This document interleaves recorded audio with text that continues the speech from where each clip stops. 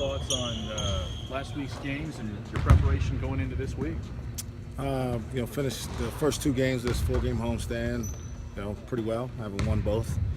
Been very pleased with the way we've played thus far. Obviously, I think the few things that really stand out are the way we're sharing the basketball.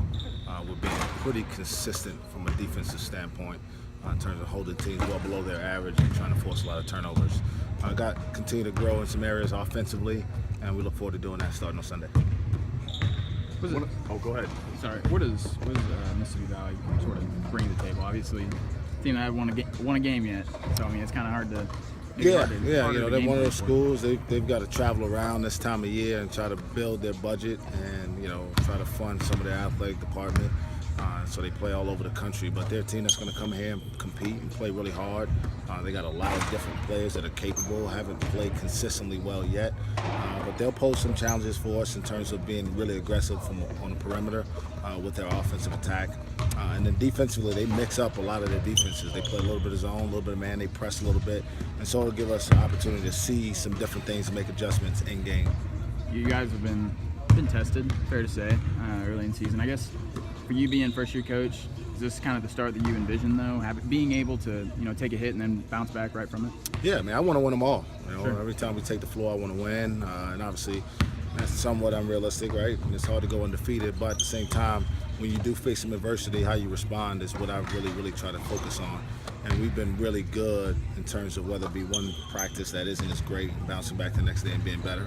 And obviously the one day that we did not play as well, we lost, and less than 24 hours later, we were able to bounce back and perform well enough to get a win against another quality opponent. 7 games in, what have you learned about this team? They're really coachable. They work really hard. They love coming out here and practicing. They don't love it as much as I do because they like playing games a little bit more. And they're really unselfish. And those are things that we can build on for the future of this program. How about yourself? What have you learned as just a coach, being a coach? It's very comfortable for me. I mean, I got a really good staff. I've got players who respect what I do and the things that I say. They try to execute for the most part. We don't always agree, but that's part of it, right? This is a process of growing and learning and developing great relationships, obviously starting off the court, but then also translating to on-the-court performances. And what has the team chemistry been like? I know at the start of the season you mentioned how important it would be to get all the team back together, and not all the way, but almost there now that you've had Devon back and everything. How is the team chemistry coming together after these first 2 games?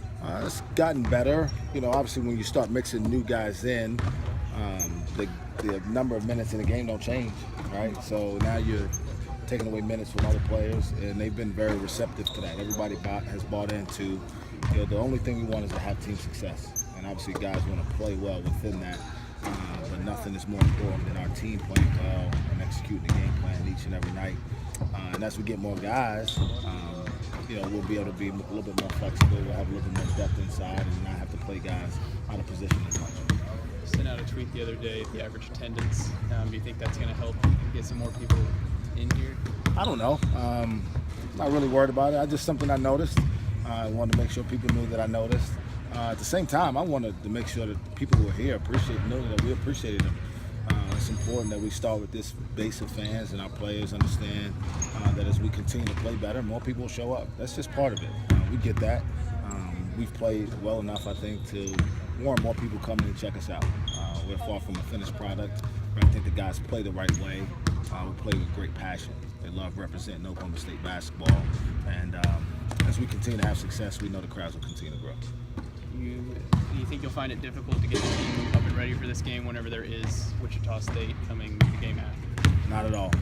In fact, that's my job as much as anything. Is the opponent is kind of secondary in all this, and it doesn't really matter to us who the opponent is, whether it's Mississippi Valley State or Texas A&M. We prepare the same way. We're going with the same mindset. That Sunday's the biggest game of the year for us. If you don't believe that, go try to lose it. And see how that goes. So we're going to come out and prepare the same way we've prepared for all the opponents to this point.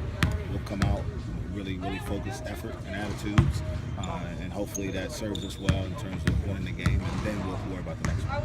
You guys are pretty deep this year in the fact that you don't really have any surefire bench players. You've been separating the minutes pretty well. Do you see moving forward, do you think some minutes will drop off and some people get more minutes, or do you think that this has been a kind of good balance? Each game kind of takes its own identity in that regard, right? Foul trouble determines that, whether guys who are available or injured or whatever. The opponent sometimes determines that by their style of play. And so you got to be adaptable. That's one thing you have when you have depth, you have versatility in lineup. You can adapt from game to game on who plays. And as long as you guys understand that maybe tonight isn't your night to play 25 or 30 minutes, maybe tonight's your night to play 12 minutes. But when you're out there, give us everything you have. For the most part, everybody's done that. And you have Thomas, perfect at the free throw line, made a three-pointer in every game so far this season. What do you think he's brought to the table so far, and what do you hope to see? He is the definition of swagger. I mean, you look it up in the dictionary, there's a picture of this out there holding up a three and maybe talking some smack to somebody on the other team, which is good. Our team needs that. He's got great personality, he's got great passion, and no one works at their game as much as he does. So he's got great freedom within our system.